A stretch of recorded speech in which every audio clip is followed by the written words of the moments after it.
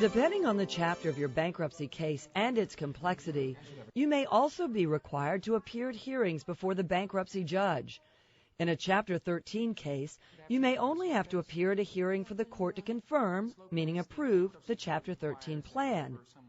In a Chapter 7 case, you typically will not appear in court and will not see the judge unless an objection is raised or a reaffirmation hearing must be held.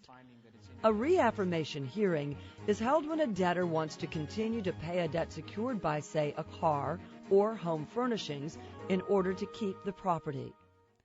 Let's watch what goes on in a typical hearing where a judge considers whether a debtor's reaffirmation agreement should be approved.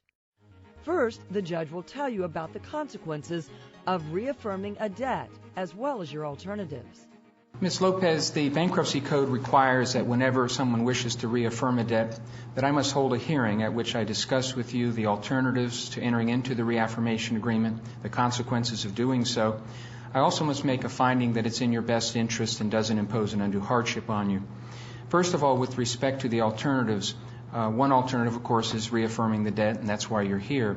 Another is that I could approve an arrangement where you buy back the car. It's called a redemption, based on the value of the car as determined by me. Sometimes that's less than the amount of the debt. The only problem with that is that you have to come up with cash to do that. The third alternative is called a surrender. It gives you the opportunity to give the car back and be free of any further liability.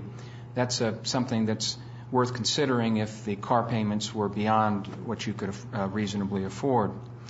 If you do reaffirm the debt, the consequences are that you'll be liable on the full amount of the debt, and if later on you have financial problems, they can not only repossess the car, but they can put it through the auction and come back against you for anything that's left over after applying the auction proceeds against the debt. Finally, I must find that the agreement's in your best interest and doesn't impose an undue hardship on you. Let me ask you, now that we've discussed those alternatives, do you have any questions? No, Your Honor. And do you still want to proceed? Yes. Before approving the agreement, the judge must make sure the debtor can handle the payments.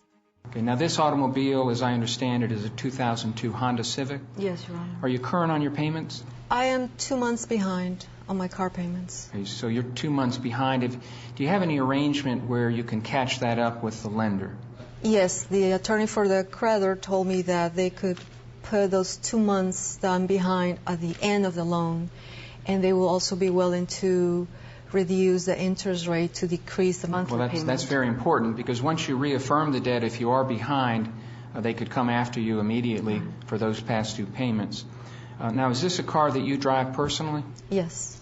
Do you need the car to get back and forth to work? It's your primary means of transportation? I drive it, and I use it to go to work, and I also take my mom to her medical appointments. Okay, very well. Well, based on that, I will find that this agreement is in your best interest and doesn't impose an undue hardship on you. I'll enter an order to that effect. You'll get a copy of that in the mail. In the meantime, just make sure you stay current on those payments. I will. Okay, thank you very much, Ms. Lopez. Thank you, Judge.